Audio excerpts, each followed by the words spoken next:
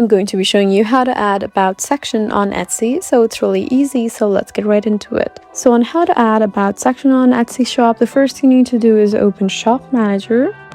And then you just need to go to settings, and there you need to find info and appearance, and after that you'll find the about section or about your shop, where you just need to click on edit, and then you can write your about section. You can write about who you are, what you sell, your story, just a short story, and why your shop is unique.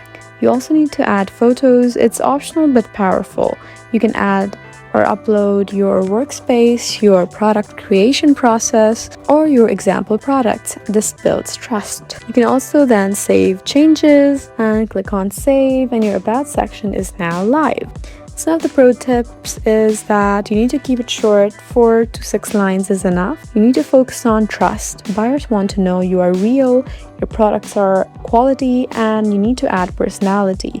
Friendly tone works best. So that's how you add about section on Etsy. I hope this video was helpful for you. Please leave us a like and drop us a comment down below, and we'll see you again in our next video. Thank you for watching.